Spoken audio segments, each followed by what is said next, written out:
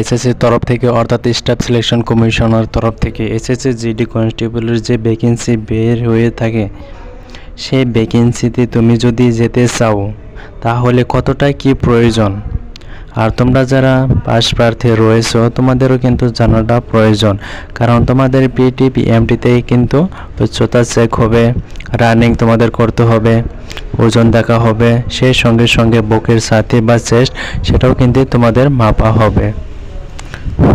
SSC GD কনস্টেবলের মাধ্যমে BSF, CRPF, CASF, ITBP, Assam rifle এই রকম পোস্টে তুমি কিন্তু জয়েন করতে পারবে। রয়েছে যেমন বয়স রয়েছে একটা নির্দিষ্ট, উচ্চতা রয়েছে একটা নির্দিষ্ট, রানিং রয়েছে করতে হবে তোমাদের কত কিলোমিটার, ওজন কত থাকতে হবে তাহলে তুমি কোয়ালিফাই করতে পারবে, বুকের সাথে বা চেস্ট কত থাকতে হবে না হলে তুমি কোয়ালিফাই করতে পারবে, কতটা চাওয়া হয়ে থাকে সব কিছু তোমাদেরকে জানিয়ে দেবো এই ভিডিওর মাধ্যমে।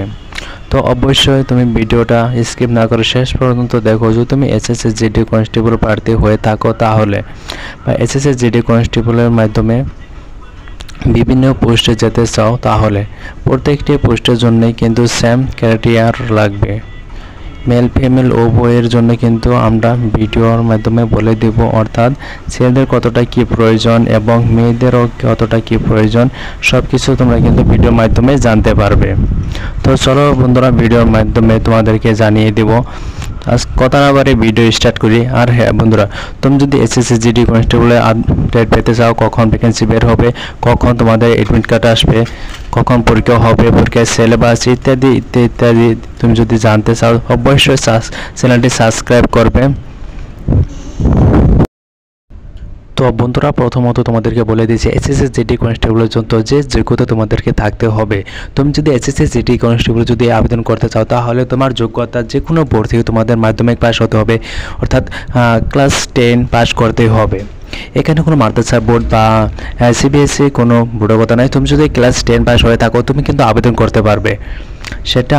নেক্সট দেখো এসএসসি জিডি কনস্টেবলের ক্ষেত্রে তোমাদের বয়স কতটা থাকতে হবে, অর্থাৎ বয়স যেটা চাওয়া হয়ে থাকে সেটা কতটা চাওয়া হয়ে থাকে মেল ফিমেল উভয়ের ক্ষেত্রে।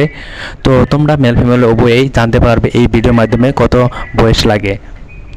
তোমরা যদি ইউআর বা ইডব্লিউএস হয়ে থাকো তাহলে তোমাদের বয়স হতে হবে 18 থেকে 23 বছর, আর তুমি যদি ওবিসি প্রার্থী হয়ে থাকো তাহলে তোমার বয়স হতে হবে 18 থেকে 26 বছর, আর তুমি যদি এসসি এসটি হয়ে থাকো তাহলে তোমার বয়স হতে হবে 18 থেকে 28 বছর।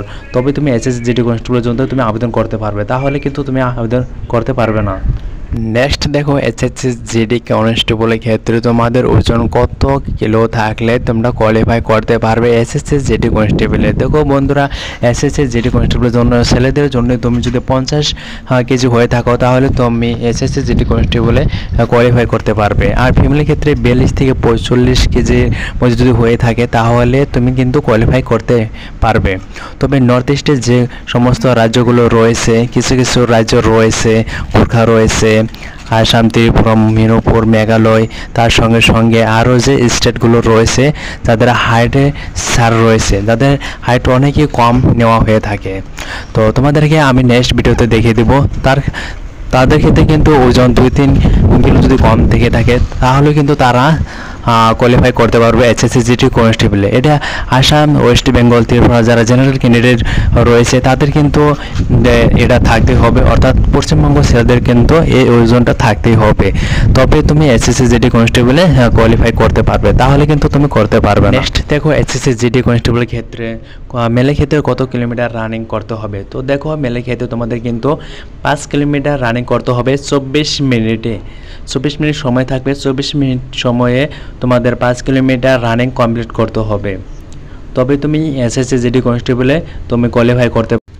এবার দেখো ফিমেলের জন্য কত কিলোমিটার রান করতে হবে কত মিনিট টাইমে।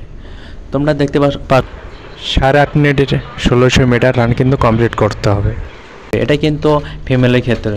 লাদাখ ফিমেলের ক্ষেত্রে রানিংয়ে শুধু তাদের ক্ষেত্রে ছাড় দেওয়া হয়েছে, বাকি অল ওভার ইন্ডিয়ার প্রত্যেকটি রাজ্যের ক্ষেত্রে কিন্তু ছাড় দেওয়া হয়নি। দেখিয়ে দেব হাইট এবং চেস্ট কতটা তোমাদের থাকতে হবে। এবার বন্ধুরা তোমাদের সঙ্গে শেয়ার করছে হাইট।